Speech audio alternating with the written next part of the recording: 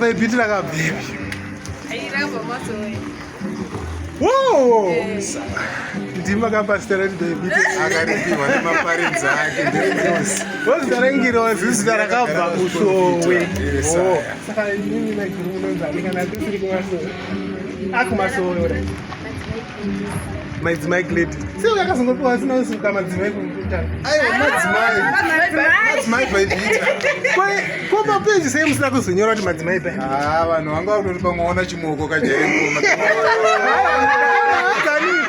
This guy ends a new Adopted. Chii chaitika na adopted? Hakuna magetsi.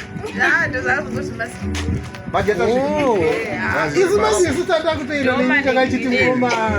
Ndosaka takazongona mukoma wabudikira. Ndakatoona ndakati ko munhu wangu.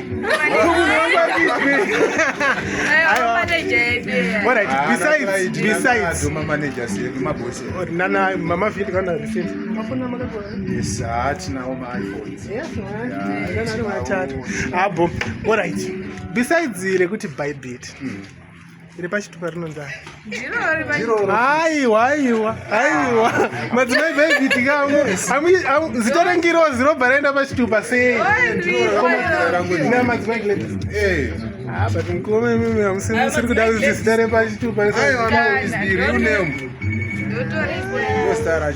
Sure. Arekati mbokuti kwemi mkoma munonzikomani. Nonzi Donbet. Makangonosecha paintaneti ipo paya. Mr. Donbet. Munondiona pai ndichinyapira vanhu zvingaiti. Ndesinganyepi ndichitaura chokwadi. Asi vanhu vanenge vachinga ndiri kunyepa. Aiwa mafamu. Vanhu vanenge vachikomenda ndo vanenge vachinga ndiri kunyepa but ndichitaura chokwadi. Aiwa tafara timu.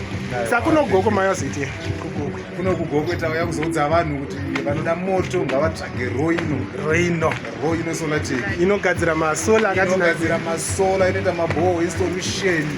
Tine brand redu riri muno mugokwe center. Padhuze nechechi yeroma. Vese vari mudhuze vanongouya muno mugokwe. Touya topedza masports. Nekuti gokwe Roino solar tech pamhando dzemoto dzainogadzira ine mavharinda esondoto akasangana nemagushe moto.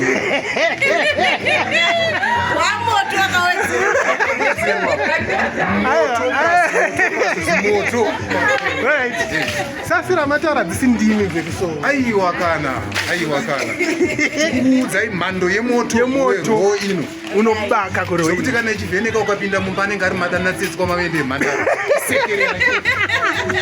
Aiwa abo tafara hope kuti tichatamba zvakanaka goko. Muchizodzokera makadzinga chibhebhi kuharare samavenda. Tiri kumuzinda wedu uchiweshi kuharare chaya chirimo. Tanga taharvesta chimoko chakauya kujeni kwacheni. Saka mune mutori mumunda but manje chimwe chinhu chinonetsa mani. One chekupedzisira maguru andimbooni vachitaura vanenge vachingoti hehe vachitiza kamera maguru nhasi tombokupai chimuti. Nhasi chimuti ndechamaiguru.